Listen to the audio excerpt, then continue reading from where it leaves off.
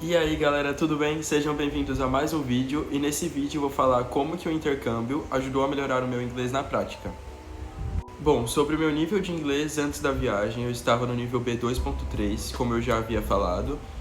Eu tinha muita confiança na leitura, na escrita e também eu conseguia entender muito bem quando eu ouvia as pessoas falando inglês, porém eu tinha muita dificuldade na fala.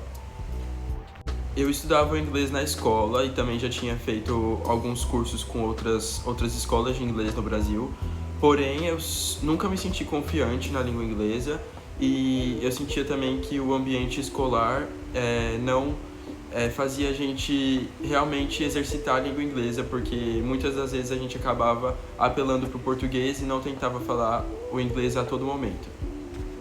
A minha maior insegurança era a fala.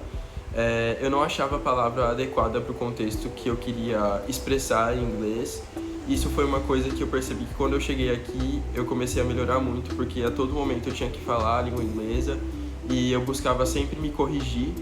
Então, com o tempo eu fui percebendo que falar se tornou uma coisa natural e muitas das vezes eu me pegava já falando assim, igual eu falo a língua portuguesa, eu estava falando inglês já. Eu senti que eu precisava sair do Brasil para aprender a língua inglesa, porque a gente percebe uma melhora muito maior quando a gente está a todo momento pensando em inglês, lendo inglês, escutando inglês. E quando isso faz parte do nosso dia a dia, a gente percebe um desempenho muito maior em menos tempo. E eu sentia que eu não conseguiria fazer isso se eu estivesse no Brasil. O que eu esperava do inglês quando eu escolhi a EF era que as aulas seriam diferentes da dinâmica do Brasil, e foi o que realmente aconteceu. A EF ela consegue fazer as aulas de uma forma mais dinâmica e mais gostosa de assistir e de participar das aulas, o que torna aprender o inglês menos chato. Sobre as diferenças de sotaque, eu acredito assim que em Londres seja um pouco difícil achar realmente pessoas que são ingleses. Lá tem pessoas assim do mundo inteiro, porque é uma grande metrópole. Então assim, eu tinha mais contato com o inglês de pessoas que não eram britânicos em si do que realmente os britânicos. E isso eu acredito que seja um ponto super positivo, porque no mercado de trabalho e no dia a dia as pessoas que a gente vai conversar em inglês normalmente não são os nativos da língua. Isso também se aplica para Malta, porque eles falam inglês e o maltês como línguas oficiais, porém o maltês ele é muito similar ao árabe, então quando eles vão falar o inglês eles têm um sotaque também bem diferente, que às vezes é um pouco difícil de entender. Mas eu nunca tive realmente um problema de não conseguir entender nada que eles estão falando, é só uma palavra ou outra que a pronúncia soa um pouco diferente, porque não é o que a gente está habituado a ouvir, né? E teve uma situação muito engraçada que aconteceu, que foi quando eu e o meu colega de quarto nos conhecemos a primeira vez, porque ele não falava nada de inglês e eu tentava me comunicar com ele, mas ele não entendia nada, e a gente estava tentando usar o tradutor, porém nem eu e nem ele tinha internet. Então foi uma situação bem engraçada, porque a gente não estava entendendo nada que um e o outro estavam falando. E os professores sempre incentivavam a gente a mudar as configurações do celular para a língua inglesa, assistir séries na língua inglesa, procurar conversar sempre na língua inglesa, mesmo quando eu estivesse com pessoas do nosso próprio país que falam a nossa língua, tentar conversar o inglês e inserir o inglês no cotidiano o máximo possível.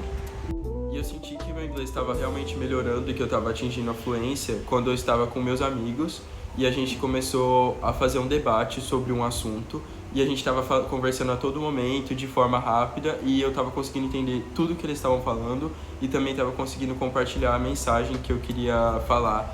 Então foi aí que eu percebi, caramba, eu tô realmente falando inglês, tô realmente entendendo inglês, e eu fiquei muito feliz e me senti muito realizado por isso. Tinha uma coisa também que eu tinha muita vontade de fazer, que era ir ao cinema e assistir um filme completamente em inglês, sem as legendas. Então eu combinei de ir com os meus amigos e a gente foi ver o filme e eu consegui entender tudo do filme também. Eu me senti muito feliz por isso e foi muito legal. Depois a gente saiu do filme e conversou sobre o filme também. E o momento que mais eu me sentia desconfortável para falar a língua inglesa era durante as imigrações, quando eu ia viajar para outros países, porque eu estava muito nervoso e tinha medo de usar as palavras erradas, mas todas as vezes que eu fui também sempre deu certo, nunca tive nenhum problema. E eu sempre fui uma pessoa que soube lidar muito bem com erros e correções, então toda vez que alguém me corrigia em algum aspecto, eu pegava e fazia uma anotação desse erro para revisar e não cometê-lo outra vez.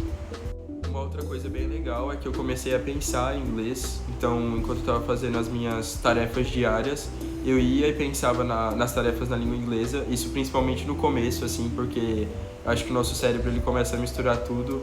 Então, era um fato assim bem interessante.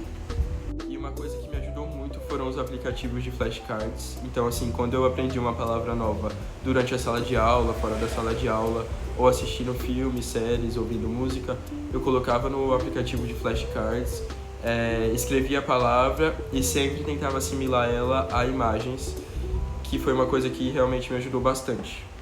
E um conselho que eu dou é nunca sentir medo ou vergonha de falar a língua inglesa, porque errar faz parte do processo de aprendizado. E esse foi o vídeo, galera. Muito obrigado por terem assistido até aqui. Até o próximo vídeo. Tchau, tchau.